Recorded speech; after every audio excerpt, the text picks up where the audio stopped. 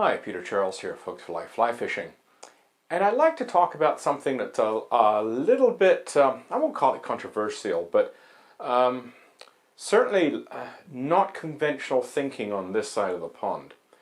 And that's the idea of using big rods for big rivers. And I'm talking 15-foot 10-11, 16-foot 11-12s.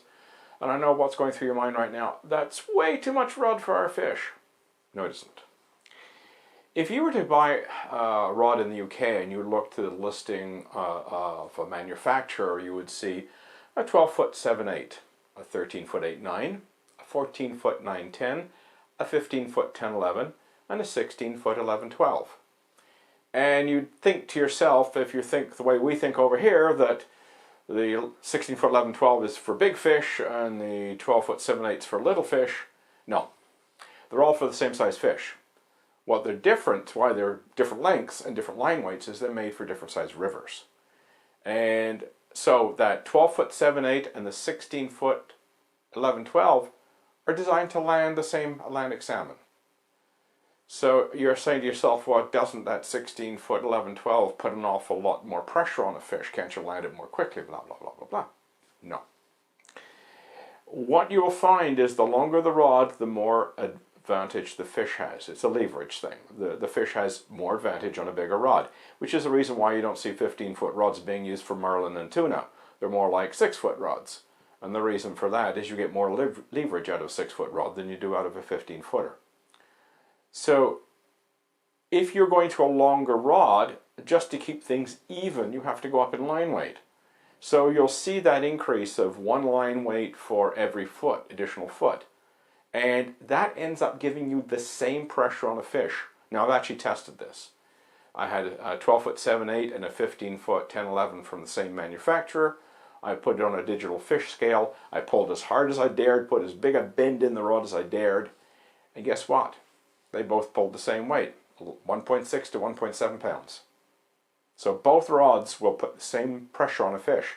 And I know from a fact of using 15-foot and 16-foot rods in my local river, but when I get a 5-pound steely on a 15-foot 10-11, it's a fight. I've had my butt kicked by 10-pound steelhead on a 15-foot 10-11. I mean, it's ridiculous.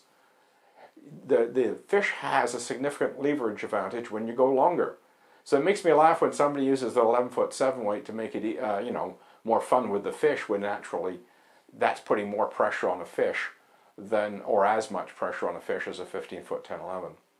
So I think it's important that when we go out to buy a rod, that we look at the rivers we're going to fish, and not so much the line weight. Don't get hung up on, oh, I got to go light. You know, a 15-foot 10-11 is too much rod. No. 15-foot 10-11 allows you to cover big runs. So if you're fishing a big river, you should be using a big rod. It just makes your life a lot easier, and you can cast further with less work. You'll cover the water and cover the run more effectively. A few years back, we had a really good season on the Grand. There was fish everywhere.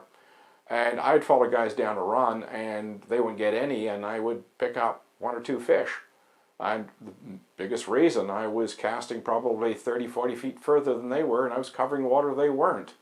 They were covering half the run, I was covering the whole run. And that difference made the difference between me catching fish and them not catching fish. They simply weren't covering those fish.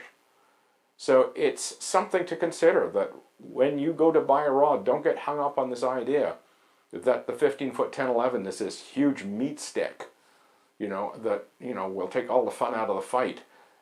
Whenever I hear that, I know that person's never landed a fish on a 15-foot 10-11. I know that for a fact, because if they had, they know that statement is wrong. You can have a lot of fun with a big rod on an average sized fish. So just something to think about next time you go rod shopping. Cheers.